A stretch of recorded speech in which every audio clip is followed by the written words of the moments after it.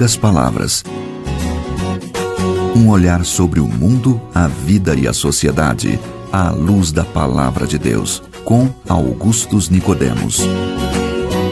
Vamos contar com a sua audiência em mais uma edição do Em Poucas Palavras, um programa da Primeira Igreja Presbiteriana de Goiânia, tendo como comentarista o nosso querido pastor Augustus Nicodemos, e eu sou Natson, apresentando o programa e junto com você também aprendendo muita coisa. Pastor.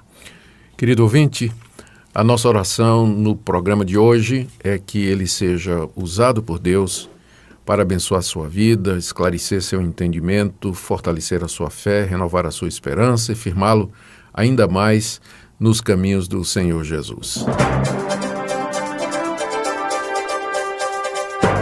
O programa continua com a série Ditos Difíceis de Jesus e hoje a gente vai falar de moda e bebida. Bem, a brincadeirinha, né, gente? Na verdade, tem a ver com isso, mas é só... Você foi bem engraçadinho, né? Pois é. A gente tem aqui uma dúvida do Felipe Cogiani, de Jardim América, Rio de Janeiro. Ele diz: paz do Senhor aos irmãos. A paz para você. Amém. E ele diz: a minha dúvida é a respeito do significado da passagem de Lucas 5:36 a 39.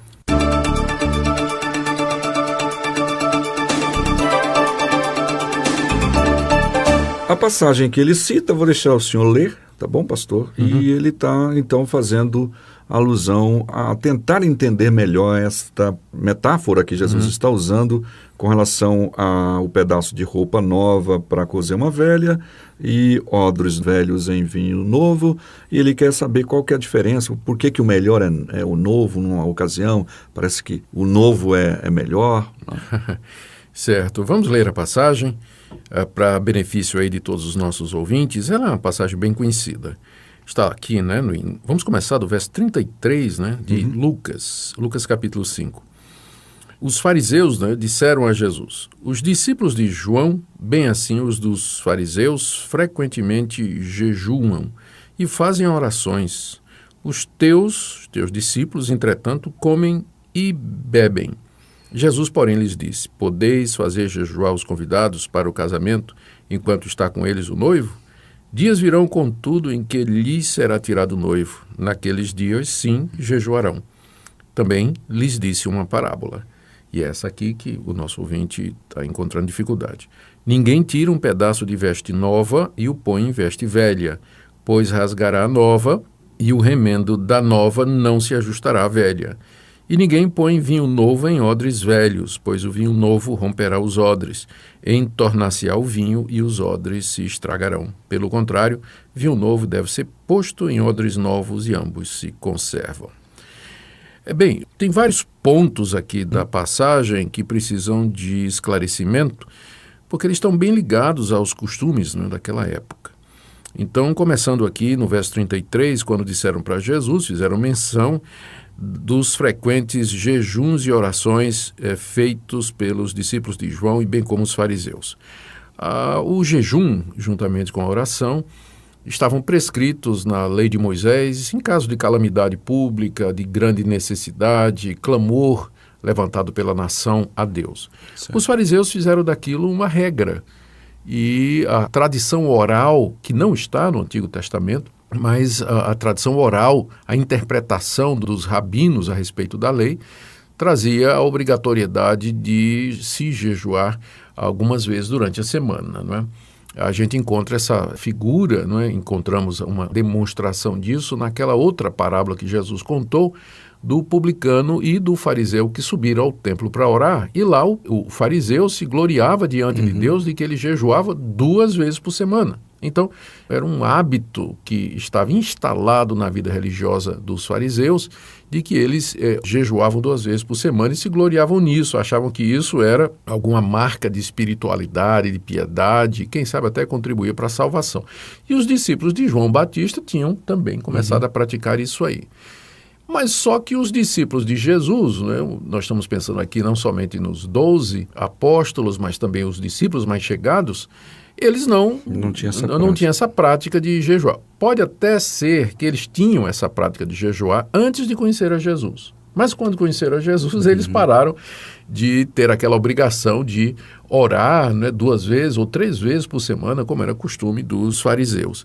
Então, quando algumas pessoas perceberam essa diferença entre os discípulos de Jesus e os discípulos dos fariseus, levantaram essa questão, né, partindo do pressuposto de que o certo era que os discípulos de Jesus também deveriam jejuar naqueles dias marcados. E deixar bem claro que estavam jejuando. Estava bem claro, desfigurar o rosto, anunciar, tocar trombeta e tal, como os fariseus costumavam fazer. E, na verdade, ele diz assim, ó, em vez de jejuar, os teus discípulos comem e bebem. Quer dizer, não é que eles eram beberrões, né, mas que eles seguiam a vida normal, de se alimentar normalmente. O judeu bebia vinho, né, como parte da sua alimentação também, motivo de alegria, de alimentação também. Não é? E os discípulos de Jesus seguiam a rotina normal, todo dia comiam, bebiam normalmente, como era do costume. Bom, a resposta de Jesus, quando perguntaram para ele, né, por que é que os discípulos não jejuavam com aquela regularidade, Jesus respondeu com uma pergunta, a partir de uma ilustração de uma situação que também nós precisamos entender. Jesus usou a figura do casamento. Os casamentos naquela época duravam 7 dias, que eram marcados por muita festa, muita comida, havia vinho, não é, em abundância, onde o noivo e a noiva se alegravam com seus convidados. E era um momento de festa, né, de felicitação, de grande alegria. Agora, imagine se você resolve jejuar exatamente durante a festa de casamento. Você vai para a festa de casamento, são 7 dias de festividade, e você diz, não, aqui eu vou jejuar e tal, né? Aí Jesus pergunta, a pergunta dele foi essa, podem jejuar os convidados para o casamento enquanto o noivo está com eles, não é?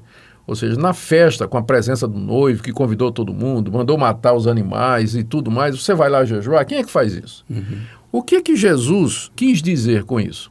A figura é óbvia, né? Ele é o noivo. Sim. E os discípulos são os convidados. Então, aquele tempo em que Jesus estava ali, os 3 anos em que ele esteve entre nós, encarnado como um de nós, Deus feito homem, o verbo feito carne, esse momento era um momento de alegria, né? Era um momento de regozijo para os seus discípulos, porque eles estavam na presença do Senhor, estavam na presença do Redentor, do Messias, do esperado de Israel. Então não tinham motivo nenhum para jejuar. Na verdade, tinham motivo para se alegrar.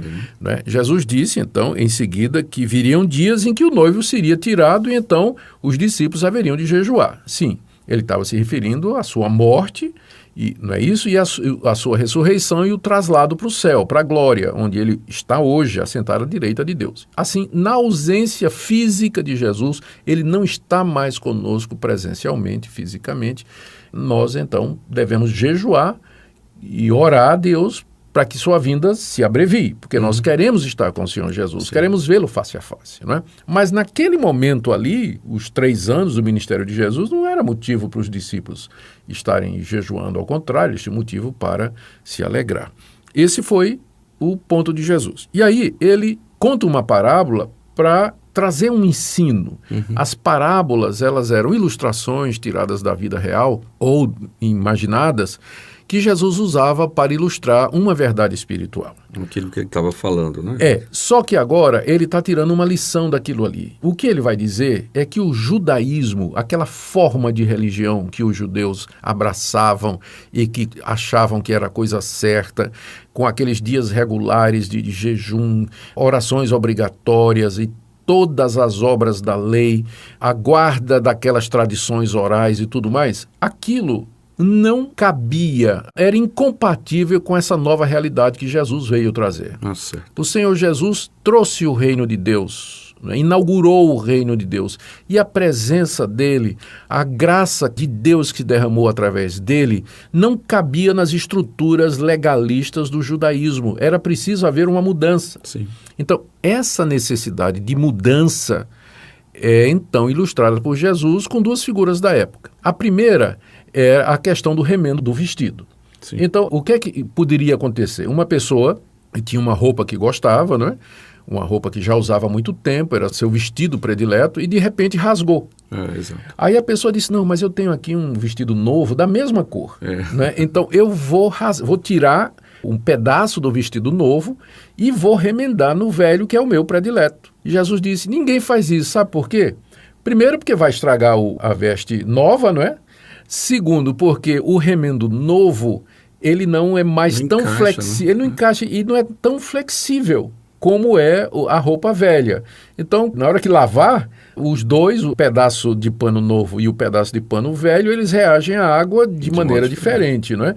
Então, provavelmente, o remendo novo vai estragar ainda mais a roupa velha, não é? Você tem que colocar remendos que são compatíveis, não é? Então, essa é a primeira ilustração. O que Jesus quis dizer com isso? Ele quis dizer que o cristianismo não cabia no judaísmo fossilizado, legalista, que era defendido e vivido pelos fariseus naquela época, pelos judeus naquela época. Ela precisa haver uma mudança para que o reino de Deus pudesse acontecer no meio deles. E a segunda ilustração também é tirada da cultura daquela época. O vinho não era guardado em garrafas, como é hoje, não é? Mas ele era guardado em sacos de couro. Isso. E os sacos de couro, eles tinham que ter uma certa elasticidade. Se você pegasse um saco de couro velho, que já tinha sido usado muitas vezes e que já tinha perdido toda a elasticidade, e você colocasse nele o vinho novo ele vai fermentar, ele vai expandir, e o resultado é que ele estoura o saco de couro velho, não é? Exato. Então você teria que colocar vinho novo em odres novos, e com isso Jesus está dizendo... O vinho novo é o cristianismo, a fé em Jesus Cristo, o reino de Deus, e o odre novo é a nova configuração, não é? A nova estrutura que precisa ser assimilada e usada para caber o reino de Deus. O odre velho é o judaísmo, não cabia mais, não é? Tinha que ser mudado, tinha que ser alterado. E, de fato, isso aconteceu. Exato. No dia de Pentecostes, não é? Quando a igreja cristã inicia formalmente aqui nesse mundo, os discípulos, que todos eram judeus, né? Todos eles eram judeus, em seguida já começa a mudar. Eles entendem que é pela graça, não é? Já tinham entendido isso, que a salvação é mediante Jesus, não é por obras da lei. Isso vai influenciar a maneira deles viver, a maneira como eles olham as antigas obrigações, a maneira como eles olham o jejum, como olham as orações e as contribuições, a maneira de viver nesse mundo. Então, essas figuras que Jesus usa, elas apenas ilustram a necessidade de mudança para que o reino de Deus venha na sua plenitude, como Jesus já havia começado a trazer, né? O reino de Deus. E agora, com relação ao verso 39, que é a pergunta do nosso ouvinte, né? Ninguém tendo bebido vinho velho prefere o novo, porque diz o velho excelente, tem que ser entendido à luz desse contexto.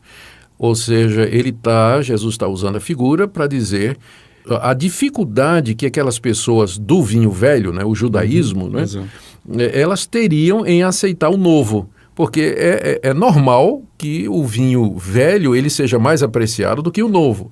Só que no caso aqui, o que Jesus está dizendo é que o costume ao antigo pode impedir a renovação daquilo que vem de Deus. Ou seja, Jesus está profetizando aquilo que mais adiante a gente vai ver no livro de Atos, né?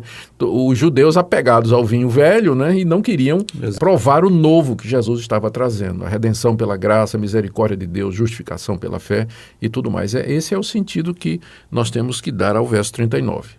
Ótimo, então tá aí, o nome dele é meio complicado aqui, é Felipe, o nome não, o sobrenome, Felipe Coggiani, se estiver falando errado, me perdoe, né? Abraço para você, Felipe, obrigado pela sua pergunta tão preciosa aqui no programa. Obrigado, irmãos, queridos amigos, pela audiência ao nosso programa e até o próximo programa, se Deus quiser. Em poucas palavras, um olhar sobre o mundo, a vida e a sociedade, à luz da Palavra de Deus. Apresentação, Nadson Matias. Comentário, Augustus Nicodemos. Um programa da Primeira Igreja Presbiteriana de Goiânia, Rua 68, esquina com 71, Centro. Visite o nosso site www.pipg.org. Apoio, Seminário Presbiteriano Brasil Central, Goiânia.